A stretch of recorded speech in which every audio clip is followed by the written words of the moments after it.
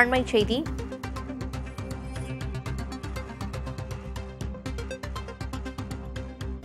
பஹல்காம் தாக்குதலுக்கு பொறுப்பேற்று மத்திய உள்துறை அமைச்சர் அமித் ஷா பதவி விலக வேண்டும் என்று விடுதலை சிறுத்தைகள் கட்சித் தலைவர் திருமாவளவன் வலியுறுத்தியுள்ளார்.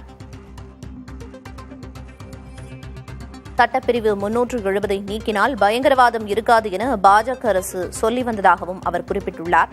பாஜக அரசின் வாக்குறுதியை நம்பி சென்ற சுற்றுலா பயணிகள்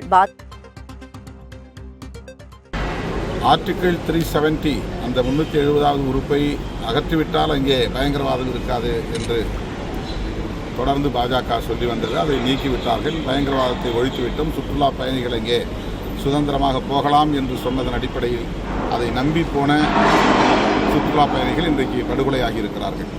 எனவே இதற்கு அமித்ஷா பொறுப்பேற்று உடனடியாக பதவி விலக வேண்டும் என்று விடுதலை சிறுத்தைகள் கட்சி வலியுறுத்துகிறது.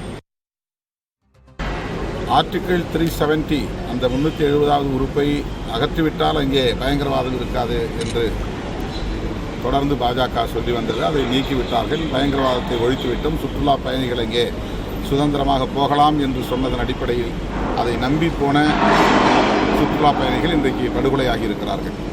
எனவே இதற்கு அமித்ஷா பொறுப்பேற்று உடனடியாக பதவி விலக வேண்டும் என்று விடுதலை சிறுத்தைகள் கட்சி வலியுறுத்துகிறது. பஹல்காம் தாக்குதலுக்கு பொறுப்பேற்று மத்திய உள்துறை அமைச்சர் அமித் ஷா பதவி விலக வேண்டும் என்று விடுதலை சிறுத்தைகள் கட்சித் தலைவர் திருமாவளவன் வலியுறுத்தியுள்ளார். சட்டப்பிரிவு 370 நீக்கினால் பயங்கரவாதம் இருக்காது என பாஜக அரசு தெரிவித்த நிலையில் அதனை நம்பி அங்கு சுற்றுலா சென்ற சுற்றுலா பயணிகள் படுகொலை செய்யப்பட்டிருப்பதாகவும் அவர் தனது பேட்டியில் குறிப்பிட்டார்.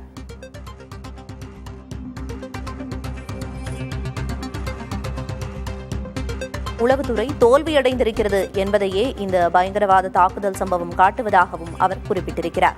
சட்டப்பிரிவு 370 நீக்கினால் பயங்கரவாதம் இருக்காது என பாஜக அரசு சொல்லி வந்ததை நம்பி சென்ற சுற்றுலா பயணிகள் தற்போது படுகொலை செய்யப்பட்டுள்ளார்கள் என்றும் அவர் தெரிவித்தார்.